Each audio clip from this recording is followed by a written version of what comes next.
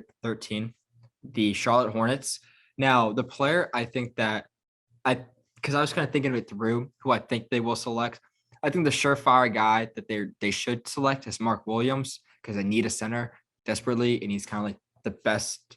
He's like the last solid best center available, and I think he's super good. I love Mark Williams. He did a tremendous job at Duke. He's 7 foot. He can defend super well. He can be a lob threat, and that's what the Hornets need. I think that's a match made in heaven. But here's the thing: they have pick 13, pick 15, pick 14 are the Cleveland Cavaliers. The Cavs are a young team, and they have two great bigs with Jared Allen and Evan Mobley. So let me just explain my logic with this. Is I don't think they moved their pick because they want to get another young guy in there. They want to get another young player there. I don't think they're going to say, yeah, you know what, let's move it. Maybe we'll get an experienced guy because whatever would be offered for pick 14, unless there's a lot more to the package, would just be a mid contributor like Joe Ingles 3 years ago would basically be the perfect trade right there. But obviously, Joe Ingles is not that good anymore. But aside from the point, the Cavs will keep their pick. They're not going to take Mark Williams. So the Hornets will wait to take Mark Williams at pick 15 rather than take Mark Williams pick 13, having a player they actually want, then go to the Cavs and then, whatever. I think you guys follow the logic. No, I agree. I think that's the move because like you said, they obviously need a center. So if they don't trade for Miles Turner, who I feel like I see a projected trade for Miles Turner for the Hornets every single year, like 5 times, especially when it comes to the trade deadline. Every single possible article has Miles Turner to the Hornets, and they've never gone for it. But yeah, I think Mark Williams is a great pick for them if they decide to just bite the bullet and take him at 13. But no, I think they wait as well. I think they take a wing, Yeah. and I think they go for. Do you want to go first? No, you can go. You can. Hopefully, don't say Mike. I'll let you go. My bad. I think they go for Agbaji from Kansas. Is that who you're going for? No, that's not how I was going for because I don't like that idea of having him. I think he'll go to Cleveland. I think that's where he's going to go. I wouldn't be surprised. That's my pick, guys. By the way, I have him going to Cleveland. That's what I think the Cavs will select. No, I think the Hornets go for him. I like him on the Hornets. He can defend.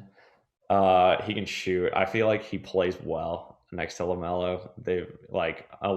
He's a little undersized for like a 2 guard, but LaMelo makes up for that size, so they can like switch off where he can defend point guards because he can actually defend, and LaMelo can go on the 2 guards because he's got the size for it. But I think he just fits well, especially like this last season. He shot over 40% from 3 in college. He scored 20 points a game. And I don't know. I just think he's a great pick. End of the lottery. Pretty high floor guy. And you don't need him to be like the star of your team because you've already got one. Well, I think they will select too. Even if AJ Griffin's on the board, I think they're going to go for, and this might be a bit of a shell shock. Oh, Matson. I think they're going to go for Malachi Branham from Ohio State. Okay. He's a young guard. He can play forward if needed. He shot over 40% from 3. He shot about 47-ish% from the field. He was the kind of the go-to guy for Ohio State down the stretch. He could create a shot. He can move the ball. He can do really well. I think he fits well with LaMelo Ball in the backcourt. And here's the other thing. They have Terry Rozier there, yes. And maybe they keep him. They can move Branham up to forward. The team's really interesting. I think he would slide in perfect because I think they're going to move off one of these guys, whether it's Rozier, Oubre, or Hayward. I think they're going to move off one of those 3 guys. And if they do so, in doing so, they'll open up a new spot. They have Miles Bridges there. They have a lot of these kind of rotational pieces in a way, but I think they can do a great idea, maybe even pushing Rozier down to being a 6-man, and you move an Oubre or a Hayward. But I think it'd be really interesting to have Branham, who can shoot 40% from 3. That's really effective. That's super good alongside LaMelo. Branham can create his own shots if needed, and he can just spot up and shoot the ball if needed too. And that's, I think, something that would benefit the Hornets. Then you have Miles Bridges there if they, inevitably give him this big contract that he proved to deserve. And then you have PJ Washington, who can slide in at power forward. I mean, he's been kind of wait and see. Is he going to hit yet? Is he going to hit yet? Is he going to hit yet? Like literally, when is he going to hit? He hasn't yet, but we're hoping on, they're banking on it.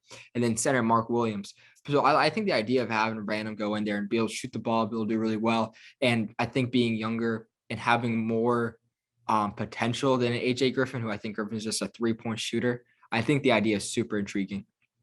No, I definitely like that idea. We obviously both agree that they need some sort of wing presence alongside LaMelo Ball who fits well with them. And I think anybody who can shoot, secondary play, make, and defend is got to be the pick there at 13. I know. I mean, what happened to Bognite? Like, where has he been? That's where he played like 0 minutes this year.